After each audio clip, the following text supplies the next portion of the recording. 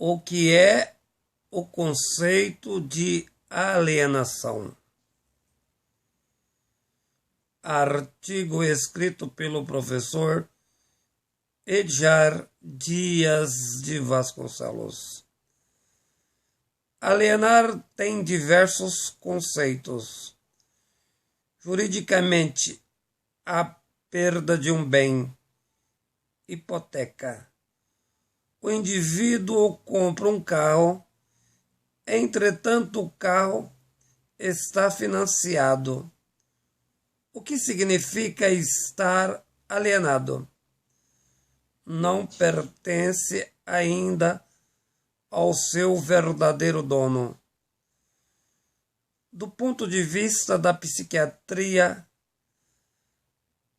a alienação mental, sem a percepção da realidade, a desestruturação da memória, a alienação religiosa, o culto a ídolos criados, inventados mitologicamente, a vivência imaginária de forças espirituais inexistentes, mitos e deuses. Rousseau tem um conceito interessante a respeito da alienação. Soberania política. A soberania pertence tão somente ao povo. Desse modo, é inalienável. Não se deve ser outorgado a nenhum representante. Com efeito, a democracia iluminista representa um poder ilícito, por ser um ato alienado. A democracia teria que ser direta. O que é alienação no senso comum? Pessoas com visões deturpadas em relação à realidade dos fatos. A pessoa alienada politicamente, religiosamente, cientificamente, filosoficamente. Imaginar que Deus criou o homem é uma alienação científica, pois desconhece a teoria da evolução. A pessoa alienada, ela não tem senso do mundo. Exemplo, um economista que imagina que o neoliberalismo vai resolver a pobreza do mundo. Mesmo sendo doutor em economia, é um alienado, pois não é esse o espírito do liberalismo. Com efeito, a alienação é um fenômeno cultural complexo. Não se trata de ser culto ou inculto. Todo aquele que desejar pensar uma epistemologia parcial do entendimento das coisas como verdade é um alienado, mesmo sendo um exuberante filósofo. Nesse sentido, Hegel foi alienado. Podemos também dizer Nietzsche, Smith. Na verdade, é muito difícil alguém não ser alienado. A pessoa alienada perde a compreensão complexa do mundo. Entende o mundo pela parcialidade e faz da mesma um método absoluto. Desse modo, a comunidade acadêmica é quase sempre completamente alienada.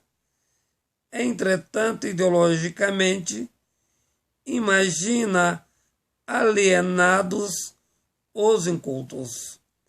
Na economia política, a psiquiatria e na memória. Vivem mundos fictícios como forças metafísicas solucionadoras dos problemas sociais. Entretanto, para o marxismo, a etimologia alienare, alienos em latim, o que pertence a outros, alius em latim, significa o outro. Com efeito, o conceito para Marx não é apenas teórico, manifesta na vida prática, no mundo do trabalho, na divisão do mesmo pelo mecanismo da mais-valia. Quem produz o objeto não é o dono do objeto produzido. O referido deixou de pertencer ao produtor. É o mesmo significado do carro alienado, retirando do trabalhador o produto. O operário perde o centro de si mesmo. Portanto, a natureza do liberalismo é produzir homens alienados, com uma estrutura de memória incompreensível. O indivíduo passa a ser comandado por fora, ocorrendo o fenômeno do fetichismo. A mercadoria passa a ter vida própria. Contrariamente, o trabalhador reificado perde a vida e transforma-se em mercadoria, com efeito alienado em si mesmo. Desse modo, alienação não é apenas um fenômeno cultural, porém econômico, político e prático.